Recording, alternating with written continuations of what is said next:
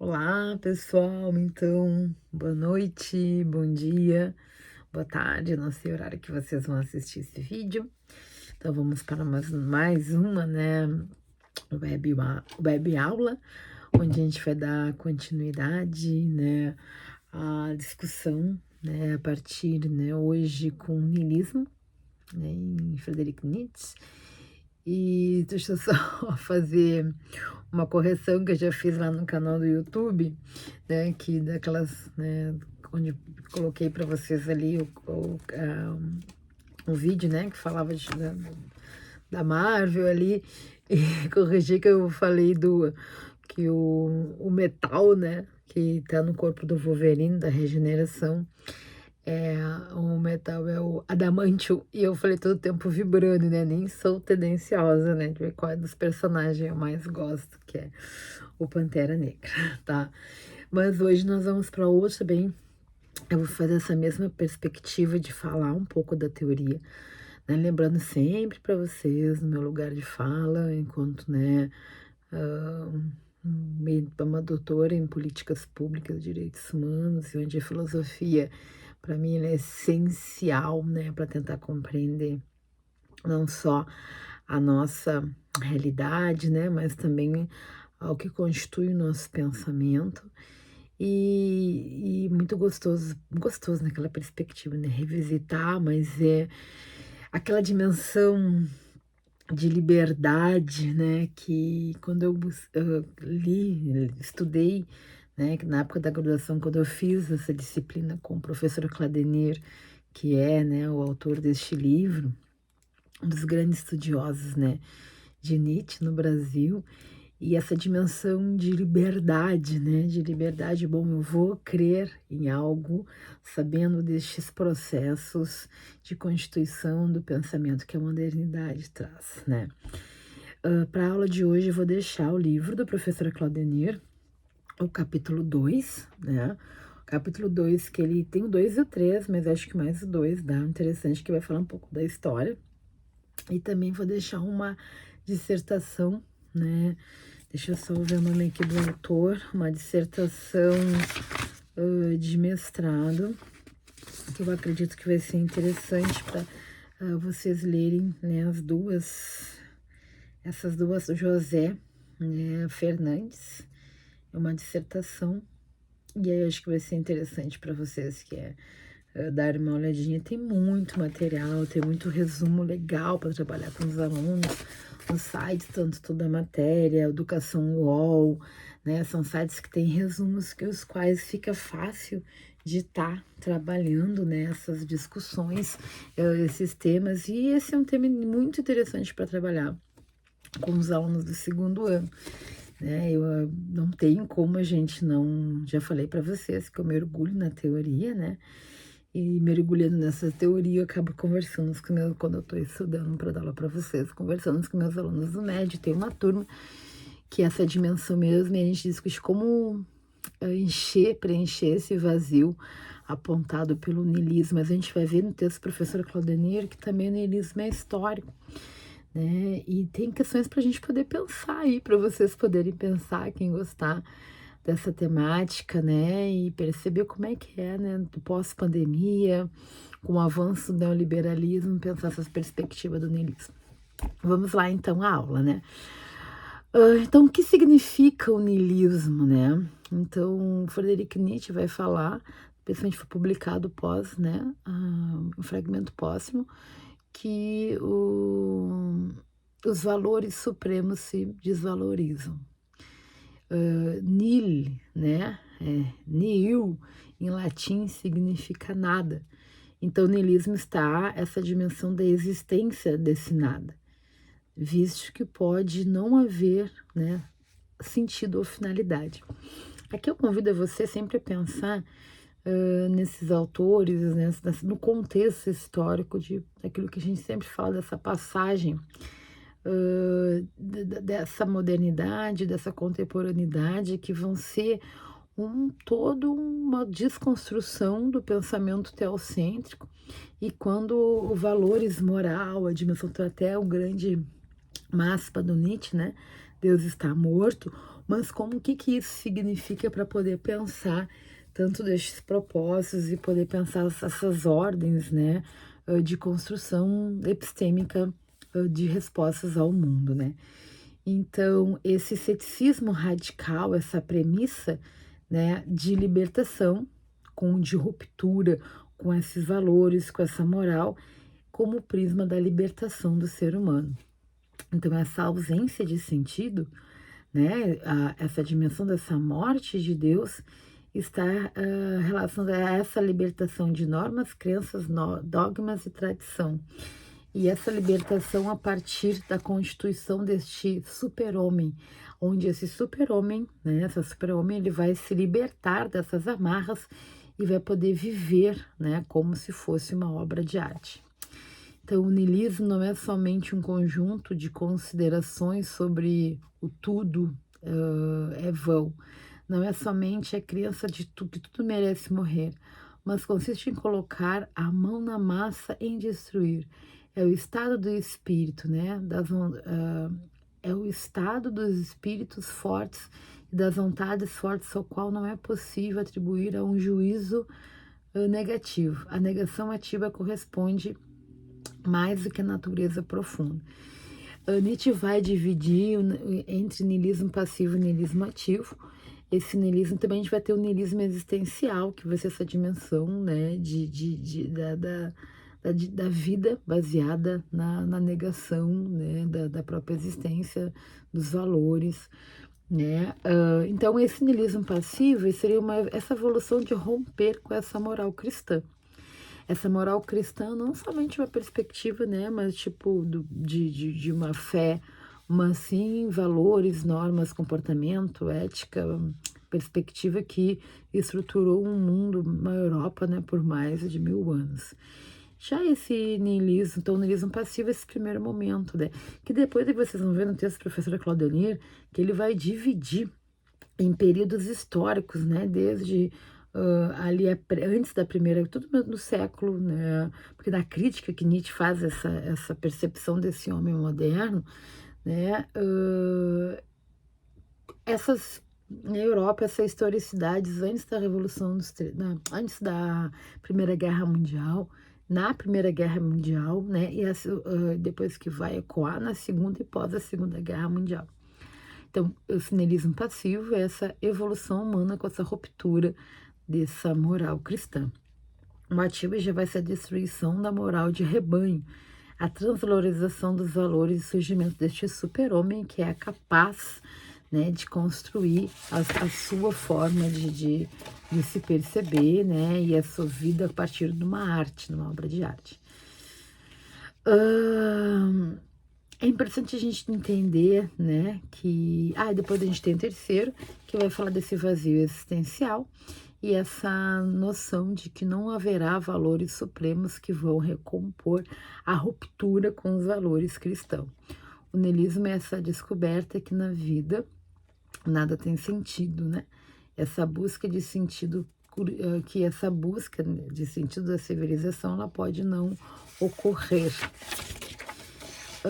Então, de novo, a gente pode perceber essas críticas, né? Então, o niilismo vem como uma filosofia niilista, essas críticas que Nietzsche vai fazer à modernidade, críticas que vão ser ao aspecto doentio dessa moral cristã e dessa moral de rebanho, que tem alguns sentimentos ligados à compaixão.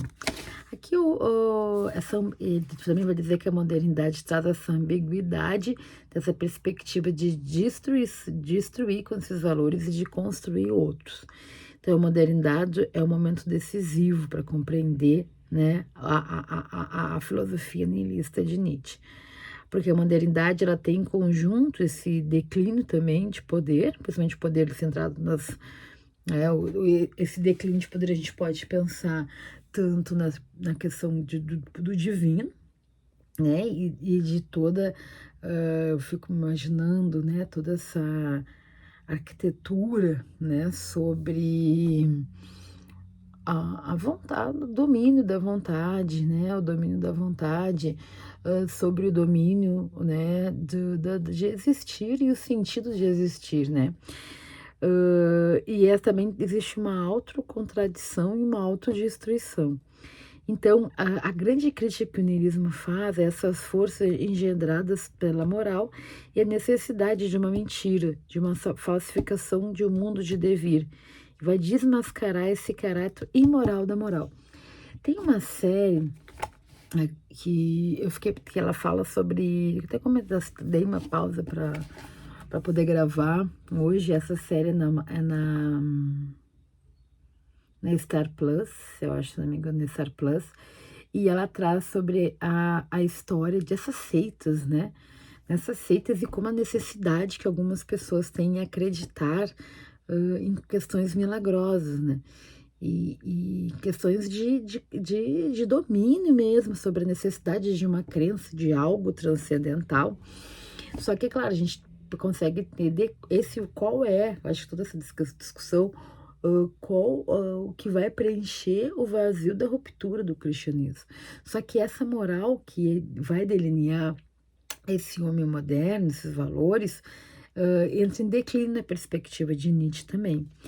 Então, tu vai se perceber esse vazio dentro deste processo e vai ver uma desvalorização desses valores morais, né?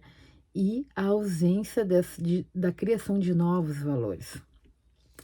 Para compreender isso, né, lá no texto do professor, lá na página 46, deixa eu pegar aqui, para discutir com vocês direitinho, na página 46, isso eu já estou lá no capítulo do niilismo, né, a consumação de modernidade, né, compreender essas irregularidades, essa imperfeição e dessa descompasso que é a modernidade. Na página 46, deixa eu pegar aqui, a gente tem uma dimensão que ele vai falar, né, as consequências da constatação dessa ruína dos valores morais, no segundo parágrafo. Diz assim, ó, o professor Vladimir falando, o próprio Nietzsche seria o primeiro a assumir as consequências da constatação da ruína de todos os valores morais. Progressivamente, o niilismo completo passaria por ser uma condição moral.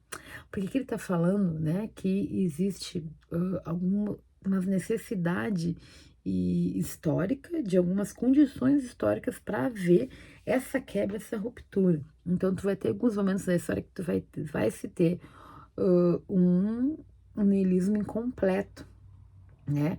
Então, ali ele na página 45 diz assim, o curso histórico do niilismo europeu na modernidade constitui-se em 3 períodos, o primeiro da obscuridade, o segundo da claridade e o terceiro dos 3 grandes afetos, que é a compaixão, desprezo e destruição.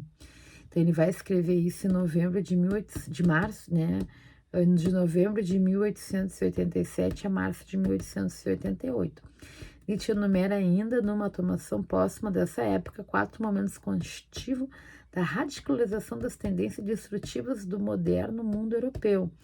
A ascensão do niilismo, a necessidade de niilismo, a autossuperação de niilismo por si, o período que será essa divisão entre vencedores e vencidos. Então é muito nítido assim esse curso da história que ele vai falar. Então que tem um momento, e a partir das condições, né,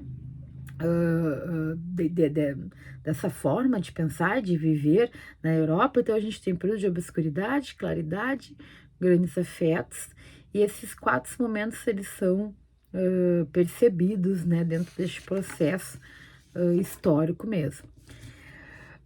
Ele vai dizer que existe uma amnésia das formas prévias do niilismo, de saber do niilismo incompleto, dizem respeito ao longo do período que vai ao platonismo até a crise dos valores morais superiores da época moderna. E aí a gente vai falar dessa crise de valores, a gente pode pensar a Segunda Guerra Mundial, e aí quando vai ter essa dimensão, né, do racismo científico, a dimensão onde vai se utilizar até de, né,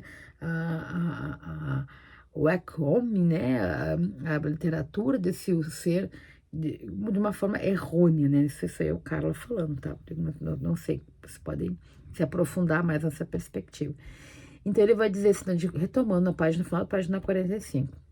Essa amnésia das formas prévias do niilismo, a saber, do niilismo incompleto, dizem respeito ao longo período que vai do platonismo até a crise dos valores morais superiores da época moderna. No segundo momento, o crítico da modernidade, né, diagnóstica e formas de metamorfose no niilismo, depois da constatação da ruína efetiva do mundo, dos valores morais e o auge da modernidade. Por fim, o niilismo, Nietzsche, né, Nietzsche, terapeuta, prognostista, as formas mais extremas deste movimento, a modo de ver como elas convergem para a sua autossuperação. O próprio Nietzsche, seja aquilo que eu tinha colocado, né? Então, haverá um nexo necessário entre a radicalização e a autossuperação. Aí se pergunta, né, que o primeiro niilista completo da Europa iria até o niilismo extremo, ultrapassando a direção de desvalorização dos próprios valores. Para isso, Nietzsche necessitaria querer projetar para fora da moral da Europa moderna. E aqui acho que é interessante a gente poder pensar, né, que tem-se esses limites da história para perceber esse niilismo ativo. Então, o homem moderno se aproximando desse movimento. Esse niilismo ativo é a radicalização da vontade de destruir e de ir além do mundo, né, e esvaziar-se desses valores. E uma dificuldade de perceber e assegurar essa autossuperação e a reposição desses valores que foram rompidos. Tem uma discussão, né, o que significa o niilismo, né, dentro desse período e nessas gerações. Então aqui a gente vai para pensar pós-Nietzsche, né, poder, tipo, próximo, antes que o Nietzsche morre em 1900, né, então ele vai pegar esse contexto, uma Europa ali que vai começar a crise do imperialismo, né, porque a gente tem a eclosão da guerra em 14, mas como é que seria, né, significa o niilismo em nossa época, né? O que a gente poderia colocar? Todo homem de nossa época é sob efeito do niilismo. Então, se a gente pensar contemporaneidade, também está sob efeito. E aí a gente vai ter outros autores que vão nos trazer, né, a perspectiva de compreender. Tem uma parte que diz assim, ó: percorrer a esfera inteira da alma moderna, deter-se em cada um dos seus recantos é meu orgulho, minha tortura e minha felicidade. Então, muitos dos momentos na história da crítica, né, nos aspectos crítico-destrutivos da filosofia de Nietzsche, foram vistos somente como condição necessária para o seu projeto afirmativo de criação de novos valores de preparação para novas formas de existir. Mas pode-se pensar que a superação da crise dos valores, do sentido que assola o humano, seria antecipadamente assegurada pelo vigor eficaz dos pensamentos desse filósofo. Então, existe um questionamento, né? O que significa pensar em niilismo enquanto fenômeno histórico? Né? O que significa entender o niilismo de nossa época? E aí vai ser aquilo que eu tinha falado das 3 gerações. Aí tem o Hermann, deixa eu ver direitinho o nome do autor aqui para vocês. Tem um autor, um filósofo chamado Hermann, deixa eu pegar rapidamente aqui, Hermann Paulsich, eu acho que vai falar dessas 3 gerações, deixa eu ver aqui onde é que tá, das 55, aqui na página 55, ele vai falar das 3 gerações, aqui, Hermann, tudo errado, desculpa, gente. Hermann Hausching. Depois vocês alguém dá uma olhadinha se eu pronunciei certo, por favor, coloque ali nos comentários, tá? Ou na próxima semana, que é a nossa web, a gente fala. Antes de dizer, eu vou fazer na próxima aula, que hoje a gente termina os conteúdos dessa primeira etapa. Aí na próxima aula eu vou gravar um vídeo tentando fazer uma conexão, até eu vou gravar que nem eu fiz da dialética, que foi no Google Meet, que aí eu vou fazer um PowerPoint, deixo para vocês também, que acho que fica mais fácil para tentar compreender, né, o pensamento de cada um desses autores. Como eu já falei, é muita coisa para uma disciplina, para a gente falar em 20 minutos, né, que já tá acabando aqui muito rápido, mas eu vou ultrapassar um pouquinho hoje para a gente poder trazer. Então, ele vai trazer essas 3 gerações, né, antes da Primeira Guerra, que seria a libertação das verdades, dos valores, né? A segunda geração seria a experiência da Primeira Guerra, sempre num contexto de Europa, né? seria o sacrifício do próprio eu ao poder superior de coletividade de um comportamento, né, medido que tentava autodegradação da existência individual. Essa submissão ao estado de guerra, né, a guerra ser superior a todas as perspectivas. Então, essa submissão extrema ao estado. A terceira geração do niilismo, né, histórico, nessa perspectiva, seria na Segunda Guerra, essa cultura moderna como fenômeno de destruição, e por fim, né, a terceira geração é o pós as questões da Segunda Guerra Mundial. Então, a Segunda Guerra, essa perspectiva dessa Europa niilista destrutiva. Hunger vai dizer que a substância do niilismo são as forças de destruição. E aí ele vai trazer, porque você toda uma discussão sobre essa autodestruição da modernidade em relação à questão da técnica. A modernidade enquanto uma dimensão do aperfeiçoamento da técnica. Nos anos 30 vai ser, acho que é os anos 30, que o poder de destruição, deixa eu ver na página 57, para trazer, que eu tinha marcado a citação para trazer para vocês. Na página 56 é começar o niilismo como um evento de redução, onde ele vai trazer no final o mundo pós a Segunda Guerra, essa Europa marcada por uma... E aí a gente pode ver, claro, não tem como não puxar para as minhas outras discussões, que essa Europa pós-Segunda Guerra, essa Europa que vai pensar, né, a gente tem a Guerra Fria e também pensar políticas de estado de reconstituição dessas nações. Mas Junger quer dizer, né, que a substância do niilismo, as forças de destruição na década de 30, nessa obra dele sobre o trabalhador. Em O Trabalhador, o autor compreende a vontade de potência como uma força de destruição ligada aos mecanismos técnicos destruidores do século XX. Na técnica não há, contudo, a completa codificação do homem, mas a relação com o elemento possibilitando o domínio de um novo tipo de humano. Né? Ele vai questionar, né, se as potências da técnica poderiam vencer a ameaça leninista. Então, o niilismo não pode ser definido, pois ele é impossível a representação do espírito do nada. A força fundamental é impreensível que vai dar nessa dimensão da condição da técnica não conseguindo absorver, né, preencher esse vazio desses valores deixados de lado. Gente, eu vou parando por aqui, tá? Eu vou deixar para vocês alguns sites de algumas coisas. Vou ver se eu consigo, né, dar uma procurada também em alguma animação. Tem muita coisa sobre Nietzsche, bem muito mais do que Schopenhauer. Eu acho que a gente pode, no capítulo 1 do livro do professor Claudenir, a gente pode entender essa relação da vontade, a vida enquanto a coisa em si, a vontade enquanto em si, e ao mesmo tempo, né, essa relação com Nietzsche que vai trazer essa relação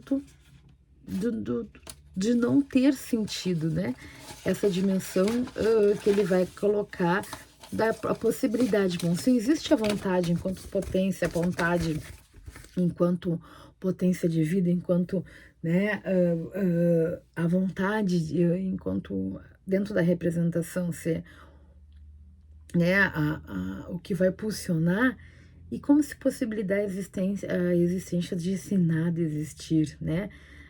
A vida não haver nenhum sentido, nenhuma finalidade. Então, como pensar nessas duas dimensões como algo, né, possível, como algo ainda, como diz, né, colocava o professor Claudenir, ainda esse sentimento niilista, a gente pode tentar pensar como essas questões podem nos afetar numa dimensão de ser, para além da perspectiva psicológica, para além, né, é normal não, né, essa ausência de sentido enquanto uma dimensão da modernidade.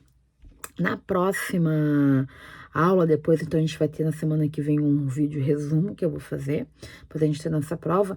Nós vamos começar com a sociedade de cansaço. Aí a gente pode tentar entender como a organização da sociedade produz esses sentimentos, esses pensamentos, que não é de uma perspectiva psíquica, é de uma perspectiva de organização, de consequência da própria avanço da contemporaneidade ou da modernidade, porque a modernidade, né, enquanto filosofia de vida, estilo de vida, ela existe, né? Alguns autores vão falar se existe pós-modernidade ou não. O Obama, que colocava, você nas últimas entrevistas colocava que ele fala da modernidade líquida, né? Não numa pós-modernidade, porque a gente ainda está nessa retro reorganização do capitalismo. E eu acredito eu, né, que estudar esses autores, contextualizar esses autores, é compreender que existem sentimentos, pensamentos que são da sociedade que nos afetam. E a filosofia e a sociologia são partes que nos auxiliam a entender isso, tá bem? Uma ótima semana para vocês, espero que vocês tenham gostado da aula. Deixei esses textos, tanto a dissertação, né, de 2013, o livro do professor Claudio, ele tá muito interessante para vocês conseguirem ler em todo, ele tá muito bom para trazer questões para entender o niilismo e pessimismo. Vamos abrir o fórum para vocês colocarem dúvidas, sugestões, né, e sempre pensando nessa interiorização desses conceitos por vocês e como trabalhar com os nossos estudantes, né, que questões a gente pode trabalhar com eles. Talvez eu vou conversar com vocês, então, na próximo encontro, fazendo um geralzão disso. Tá bem, gente? Muito obrigada. Olha, 26 minutos. Passei muito.